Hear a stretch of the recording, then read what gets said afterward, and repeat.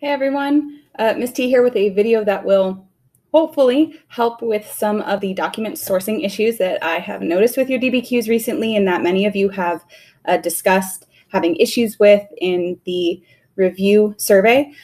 We only have a short time to fix them before the AP exam, so let's get started. This will likely sound like I'm starting way outside of my lane, but I first wanted to discuss 3 types of evidence that a person could feasibly use when writing any sort of expository or argumentative essay. Those are text, subtext, and context. So that first one, text evidence, it's exactly what it sounds like, information that is explicitly stated in the text. In your writing, this can take the form of direct quotes, but more commonly for your timed history essays, it can also take the form of a summary of that stated information or just putting it in words that are easier to understand. When you describe a document in a DBQ, you are using text evidence. Subtext is something else though. This is the hidden meaning of a text. Hopefully you realize it uses the prefix sub, which means under. So it's the meaning under what has literally been said.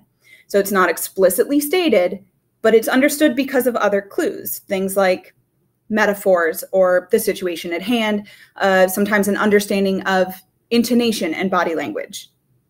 Subtext is technically part of the content of a text, but making solid inferences based on subtext often relies on reoccurring subtextual references and evidence throughout the course of a piece of writing. Subtextual themes are usually the subject of literary analysis, which is something you'll do more extensively in English 3 and 4.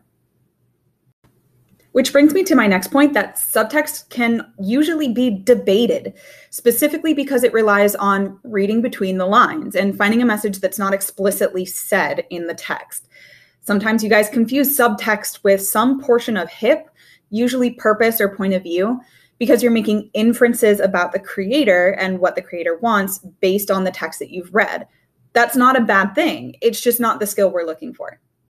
There are actually a lot of examples of subtext that you guys are already familiar with, even if you don't realize it. Things like subtweeting or vague booking, when someone posts something on social media, clearly referencing someone or something in particular, but they don't want to name it, because if they don't explicitly say it, then they have plausible deniability. Another example could be something like this. You go to your teacher 3 days before a major project is due, wanting to turn that project in early. She takes it from you, looks it over, and asks, "Are you sure you want to turn this in now?" So the text of that exchange is that she's just verifying, do you want to turn it in right then? But the subtext is that she's really saying your project could probably use some more work before you turn it in. And we know that because of a few things like her tone of voice and facial expression, but also because of other factors that happen before and during the statement, which we will call the context. So like with the word subtext, the word context kind of gives itself away. The prefix con means with. So this is information that goes with the content of a piece of writing and is usually good in helping us to understand things like subtext. Context is meant to determine, specify, or clarify the meaning of an event or an occurrence. In the case of our previous exchange, we look at the situation before and during the statement, "Are you sure you want to turn this in right now?"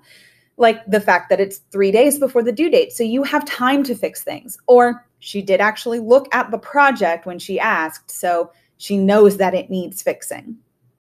Now, in the case of the written word, contextual information is factual and can be pointed to, but it usually comes from outside of the content of the text, either outside of the section that you're reading in that moment or outside of the piece as a whole. Now, I hear what you're saying. But Miss T, if it's outside information, shouldn't I get the outside information point?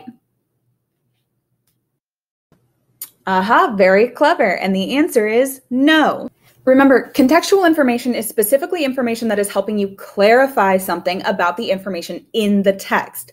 To get the outside evidence point, you have to offer another historical example to support your argument, something that is completely beyond the documents provided. So on that note, I next want to talk to you about how all of this information now applies to our AP Social Studies DBQs, and I will do that in part 2. See you there.